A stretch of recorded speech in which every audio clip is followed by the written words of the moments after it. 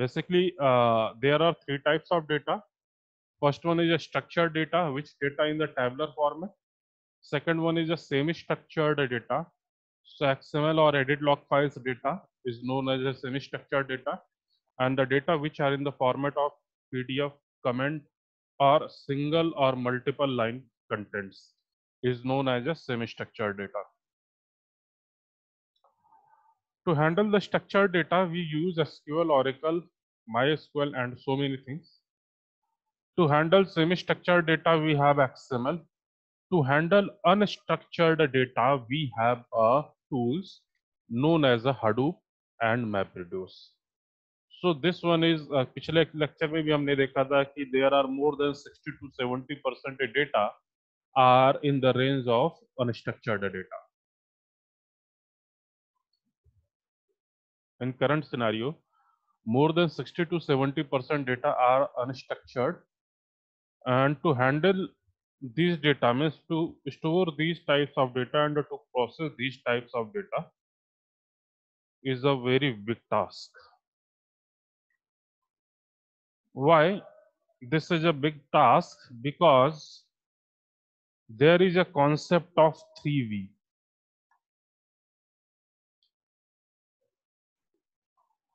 There is a concept of 3V, and this one, first one is a volume, second one is a velocity, and third one is a variety. Means what is the volume of data which we are coming from outside the environment? What is the speed of that data? Means कितनी तेजी से आ रहा है. जैसे आप लोग बोलते हो कि 1 Gbps है, 2 Gbps है, 512 kbps है, 1 mbps है. These are the speed measuring instruments, unit. तो वैरायटी की अलग अलग तरीके की डेटा है. जैसे कि सारे डेटा अगर हमारे रियल वर्ल्ड में चल रहे हैं तो हमारे पास डेटा का एक बंच आ रहा है. सपोज करो एक थैले में कुछ डेटा भर के आ रहे हैं, तो उसमें वैरायटी होगी. मीन्स कुछ परसेंट डेटा स्ट्रक्चर्ड होगा, कुछ परसेंट डेटा सेमी स्ट्रक्चर्ड होगा, और कुछ परसेंट डेटा हमारा अनस्ट्रक्चर्ड होगा. तो एट लास्ट हमें पूरे के पूरे डेटा को प्रोसेस करना है. अब उसमें हम कैटेगराइज करेंगे कि कौन सा स्ट्रक्चर्ड है, कौन सा सेमी स्ट्रक्चर्ड है, कौन सा अनस्ट्रक्चर्ड है. So these are the concept of 3V: volume, velocity and variety. कितना ज्यादा डेटा है, कितनी तेजी से आ रहा है. बिकॉज जितनी तेजी से आएगा उतनी तेजी से मुझे हैंडल करना पड़ेगा. अब फेसबुक है, फेसबुक को एक साथ करोड़ों लोग यूज कर रहे होंगे. तो अगर करोड़ों लोग यूज कर रहे हैं तो उसकी वेलोसिटी ज्यादा है, और वेलोसिटी को हैंडल करने के लिए उसके पास जो भी टूल्स यूज कर रहा होगा, वेलोसिटी के बाद जो भी टूल्स यूज कर रहा होगा उसको हैंडल करने के लिए, that is not a normal tools. Because आप लोग एग्जांपल देखो कि आप एक नॉर्मल साइट पे वीडियो रन कर रहे हो, मीन्स वीडियो देख रहे हो कोई भी. जैसे आपको बहुत सारे मिल जाएंगे RDX HD, जहाँ पे लेटेस्ट मूवी रिलीज होती है तो वो आ जाता है, या फिर BitTorrent पे जो भी जितने भी ये सारे रिस्ट्रिक्टेड साइट्स हैं, तो वहाँ पे वीडियो रन करने के लिए पहले बफर करता है, फिर रन करता है, फिर बफर करता है, फिर रन करता है. स्पीड अच्छी होती है तो कंटिन्यूअस वे में चलता रहता है. लेकिन अगर वही वीडियो आप YouTube पे देख रहे हो या Facebook पे देख रहे हो, YouTube पे करोड़ों वीडियो है, उसमें से एक वीडियो आप सर्च करते हो, पर्टिकुलर नाम डाल करके सर्च करते हो, नहीं भी डालते हो, मिलता जुलता नाम डालते हो, सर्च करते हो, तो आपको रिजल्ट तुरंत फैच करके with in a second fetch करके डेटा शो कर देगा. एंड अगर आपकी नॉर्मल स्पीड ही रहेगी तो भी वो उसको रन कर देगा. मीन्स चल जाएगी वीडियो. एंड नाउ आप लोग को खुद पता होगा कि YouTube के पास या Facebook के पास कितना डेटा है. एक नॉर्मल नियर अबाउट 2008-9 का एक सर्वे था जिसमें ये बताया गया था कि YouTube पे हर घंटे 20 GB का वीडियो, हाई डेफिनेशन का वीडियो अपलोड हो रहा है। 20 GB तक का वीडियो अपलोड हो रहा है। तो डाउनलोड कितना हो रहा होगा? बिकॉज अपलोड करने वाले लोग लिमिटेड, डाउनलोड तो सभी लोग करते रहते हैं, या फिर नहीं डाउनलोड करते हो तो नॉर्मली रन तो सभी लोग करते हैं। तो YouTube के पास कितना डेटा होगा और उसे हैंडल करने के लिए कितने लोग जरूरत होगी, कितने लोगों की जरूरत होगी। चलो एक केस समझते हैं, YouTube का छोड़ो, नॉर्मली एक केस समझते हैं रिलायंस जियो का। रिलायंस जियो नियर अबाउट अगर 121 करोड़ की पॉपुलेशन है, केवल इंडिया का केस स्टडी करते हैं, if there are 121 crore the populations of India, or according to the survey 60% people of India using Jio connection, तो अगर मैं 121 का 60% निकालूं तो नियर अबाउट ये 72 करोड़ हुए। मैं कह रहा हूं चलो 72 करोड़ नहीं, we can say that this one is like as a 50 crore, only 50 crore. इसमें से हमने 22 करोड़ और माइनस कर दिया, नियर अबाउट 50 करोड़ लोग अगर जियो कनेक्शंस यूज कर रहे हैं, और नॉर्मली 1 GB डेटा उन्हें पर डे मिल रहा है, कुछ को 1.5 GB मिलता है, कोई 2 GB भी यूज करता है। सबसे मिनिमम हम लेकर के चल रहे हैं कि 1 GB डेटा हर आदमी डेली यूज कर रहा है। Then according to this 50 crore GB data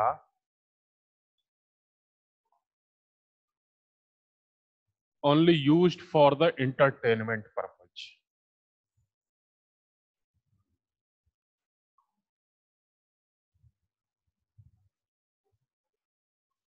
और 50 करोड़ जीबी को आप लोग खुद अनुमान लगा सकते हो कि कितना ह्यूज अमाउंट ऑफ डेटा होगा। तो ये तो केवल एक मोबाइल की बात हुई, जो नॉर्मली जिसका कोई यूज नहीं है, बहुत ज्यादा 10 से 20% लोग आप अपने पर्टिकुलर यूज के लिए, जिसका कोई बेनिफिट है उसके लिए यूज करते होगे, बाकी सारे इंटरटेनमेंट पर्पज से ही है।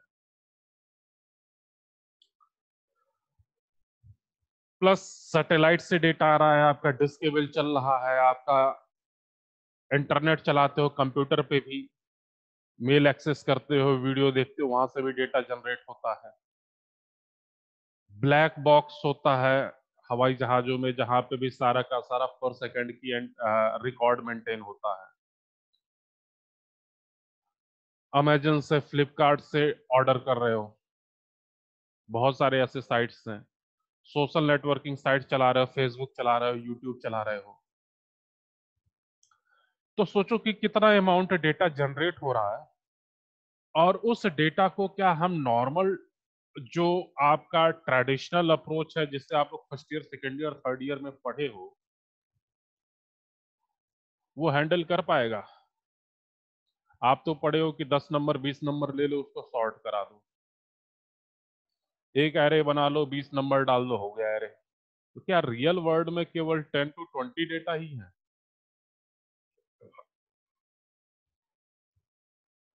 कहते हो कि एरे इंटीजर 2 बाइट लेता है, 4 बाइट लेता है, 10 इंटीजर डाल दिए तो 20 या 40 बाइट ले लिया। क्या 20 और 40 बाइट पे रियल लाइफ में काम होता है? डेटा इतना बड़ा होता है कि हम ये सोचते हैं रियल लाइफ में कि जो केवल हमारे इन डेटा के आवागमन के लिए यूज किया जा रहा है, या जो हम वायरलेस फेडेलिटी बना रहे हैं, वाईफाई बना रहे हैं, या जो हम क्लाउड बना रहे हैं, जो भी सर्वर बना रहे हैं, क्या वो सारे चीजें हमारे इस अमाउंट के डेटा को हैंडल कर पाएंगी? अगर नहीं कर पाएंगी तो क्या लॉस होगा? तो नॉर्मल एक इसका भी सिनेरियो देख लो कि आप लोग सपोज करो कि अकाउंट में पैसे जमा करने जाते हो, आपने 10,000 रुपए जमा कराए या फिर नहीं जमा कराए, सपोज करो आप एक अकाउंट से दूसरे अकाउंट में अपने फोन बैंकिंग से, मोबाइल बैंकिंग से या इंटरनेट बैंकिंग से ट्रांसफर कर रहे हो, तो 10,000 रुपए अगर आप ट्रांसफर किए तो एक्चुअली में डेटा का ट्रांसफर हुआ, ना कि रुपए का ट्रांसफर हुआ। बस आप में से 10,000 रुपए माइनस होकर के रिसीवर के पास 10,000 रुपए ऐड हो गया, लेकिन वो डेटा ही तो ऐड हो रहा है। अगर बीच में ही डेटा को हैंडल करने वाला सिस्टम बस्ट कर जाए, मतलब क्रैश कर जाए, तो क्या 10,000 रुपए यानी 10,000 रुपए नाम का जो डेटा हम सेंड कर रहे हैं वो रिसीवर के पास पहुंचेगा? नहीं पहुंचेगा। आप में से 10,000 रुपए माइनस भी हो जाएगा और पाने वाले के पास 10,000 रुपए जाएगा भी नहीं। तो ये तो नॉर्मल सिनेरियो हो कि अगर जो सिस्टम हम बना रहे हैं वो डेटा को हैंडल नहीं कर पा रहा है तो क्या होगा। So this one is the case study जहां से आप अपने माइंड को एक्सप्लोर कर सकते हो कि जो डेटा हम सिंपल वर्ड पढ़ते हैं, जिसका डेफिनेशन भी नहीं बता पा रहे थे तुम लोग, वो डेटा कितना इंपॉर्टेंट है। और कंप्यूटर साइंस में केवल डेटा ही है, डेटा कोई छोटी चीज नहीं है, कहने के लिए बहुत छोटी है, DATA, लेकिन उसका रियल लाइफ में यूज बहुत ज्यादा है। तो एक बेसिक आइडिया जो है, आई थिंक वो आप लोगों को क्लियर हो गया होगा। थर्ड सिनेरियो इज कि अभी मैंने बात किया कि हार्डवेयर और सॉफ्टवेयर कंपोनेंट का, तो आप लोग एक सैमसंग का मोबाइल खरीदते हो, MI का मोबाइल खरीदते हो, रेडमी, रियलमी, बहुत सारे हैं, और एक होता आईफोन। MI दे रहा है आपका 4 GB रैम, 32 GB रोम, 48 मेगापिक्सल कैमरा, दो दो तीन तीन चार चार कैमरा लगा करके 12,000 रुपए में देता है। ठीक है। और एक आईफोन जो केवल 1 GB रैम या 512 MB रैम देता है, 5 या 10 मेगापिक्सल का कैमरा देता है, वो करीब 15,000 रुपए का आता है। लेकिन वो 10 मेगापिक्सल का कैमरा आपके 48 मेगापिक्सल के कैमरे की क्वालिटी से अच्छा होता है। 4 GB रैम आईफोन के 1 GB रैम के कंपैरिजन में कहीं नहीं टिकता है। धीरे धीरे जब आप लोग अपना ये सैमसंग या MI या रेडमी, रियलमी का फोन धीरे धीरे यूज करना शुरू करते हो, तो 1 साल, 2 साल, 3 साल बाद ऐसा लगता है कि अब इसे छोड़ के दूसरा फोन खरीदा जाए। लेकिन आईफोन आप यूज करोगे 4 साल, 5 साल, 10 साल, लेकिन उसके स्पीड पे, डेटा स्टोरिंग कैपेबल कैपेसिटी पे या कैमरे पे कोई इफेक्ट नहीं पड़ता है। सर आप कंपैरिजन जो कर रहे हैं वो वैलिड नहीं है, बिकॉज कौन आप सा? एक 1 लाख के फोन को कंपेयर कर रहे हैं 10-15 हजार के फोन से। नहीं, मैं सर आप 1 लाख। एंड्रॉइड साइड में भी एक्सपेंसिव फोन्स लीजिए, जैसे सैमसंग का अगर आप एस सीरीज लेंगे या नोट सीरीज लेंगे, नहीं नहीं, उस एक साइड लाख पे का मैंने कंपैरिजन करें। कंपैरिजन कहाँ किया? सर आप आईफोन से कंपैरिजन कर रहे हैं, मैंने राइट? बोला सो पंद्रह इंडिया में हजार रुपए का आईफोन। सर कौन सा आईफोन 15 हजार रुपए का आता है सर? क्यों? जो आपके विवेक सर लिए हुए हैं, जो पहले सर जमाने का विवेक है सर के पास आईफोन 6 है, वो बहुत पुराना है। अब हाँ, तो आईफोन वही 11 वही। प्रो आ चुका है, 12 आने वाला है सर। मैं करंट सिनेरियो की बात नहीं कर रहा हूँ, मैं दोनों में कंपैरिजन इसलिए कर रहा हूँ ताकि प्राइस सिमिलर रहे। सर आप सेम प्राइस में अगर कंपैरिजन करेंगे तो हाँ। हमेशा आपको एंड्रॉयड में बेटर फोन्स भी मिलेंगे जो कि लॉन्ग लास्टिंग भी होंगे सर। नहीं, लॉन्ग और लास्टिंग उनका नहीं कैमरा होते भी उसी। आईफोन से बेटर नहीं होता नहीं है सर। नहीं नहीं, लॉन्ग लास्टिंग तो सर आप होगा ही मुझे नहीं कभी। सेम प्राइस के बता दीजिए ना। सेम प्राइस पे नहीं बोल रहा हूँ मैं, नियर अबाउट बोल रहा हूँ।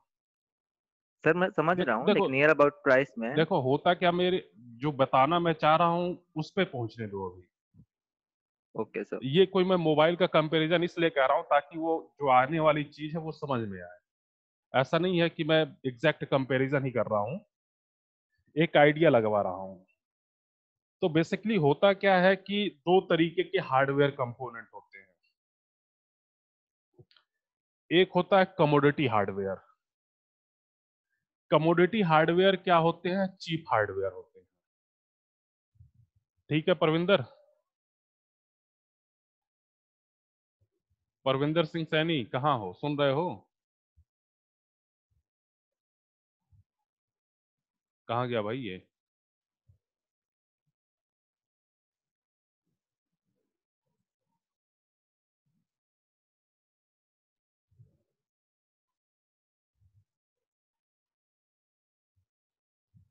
तो एक होता है कमोडिटी हार्डवेयर, जिसको बोलते हैं चीप हार्डवेयर, सस्ते हार्डवेयर।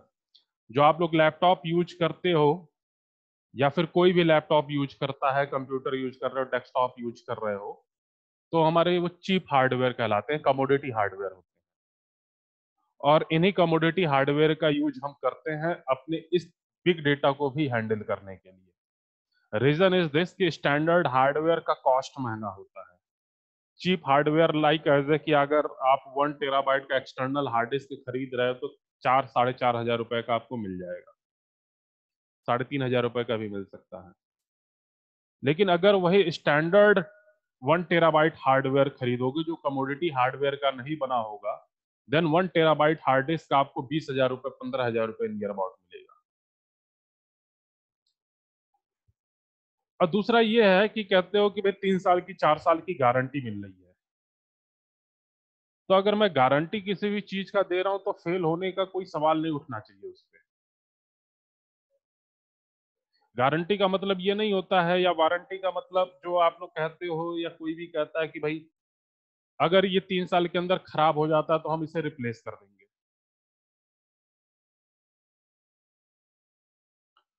तो अगर मैं किसी चीज पे गारंटी या वारंटी दे रहा हूं तो उतना साल कम से कम हमारा चलना चाहिए। बट हम कमोडिटी हार्डवेयर यूज कर रहे हैं, और जब भी कमोडिटी हार्डवेयर यूज करते हैं उसके रिलायबिलिटी पे कोई बात नहीं होती हमारी। चल भी सकता है, नहीं भी चल सकता है। परविंदर, आवाज जा रही है, सुन रहे हो? बेसिकली यस सर, तुम्हें बीच में तुम एक्चुअली सर मेरे लैपटॉप की बैटरी खत्म हो गई तो मेरे मोबाइल पे स्विच करना पड़ा था। अच्छा, तो अभी मैं बात कर रहा हूँ कमोडिटी हार्डवेयर की। कमोडिटी हार्डवेयर चीप हार्डवेयर होते हैं जो हमारे नॉर्मली लैपटॉप में या डेस्कटॉप में या मोबाइल में यूज होते हैं। बिकॉज हम अगर स्टैंडर्ड हार्डवेयर यूज करने लगे तो वो बहुत कॉस्टली पड़ जाता है, जो कि आपका आईफोन है।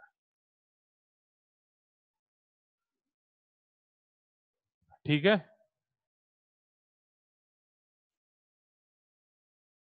तो हमारे पूरा सिस्टम जो रन करेगा वो स्टैंडर्ड हार्डवेयर पे नहीं, वो चीप हार्डवेयर पे ही रन करेगा, कमोडिटी हार्डवेयर पे ही रन करेगा।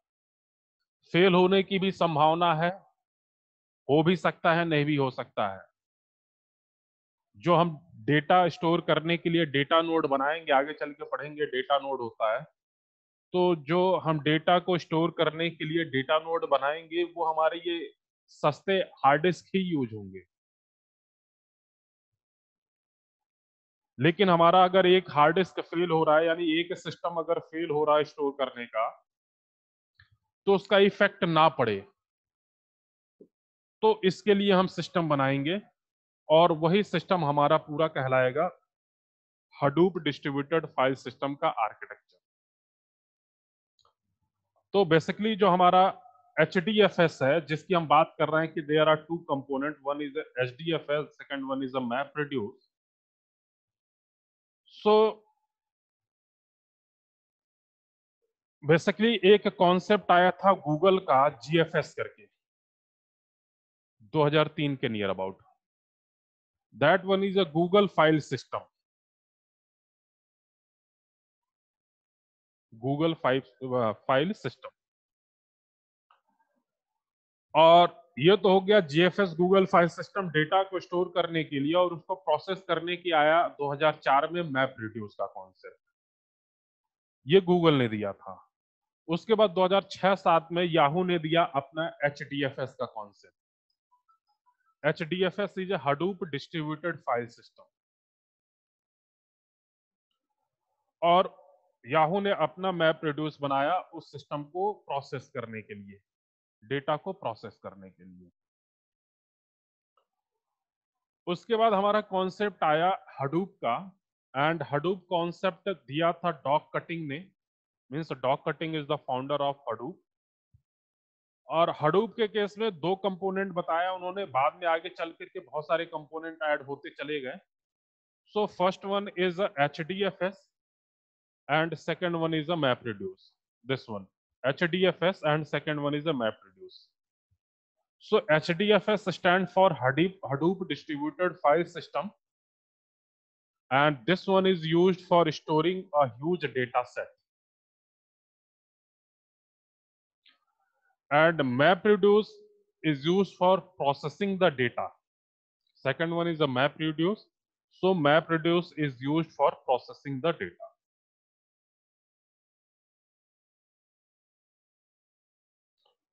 Hadoop basically एक फ्रेमवर्क है जो जावा लैंग्वेज में लिखा गया है। Hadoop is a framework which written in Java language, and it is a product of Apache Foundation.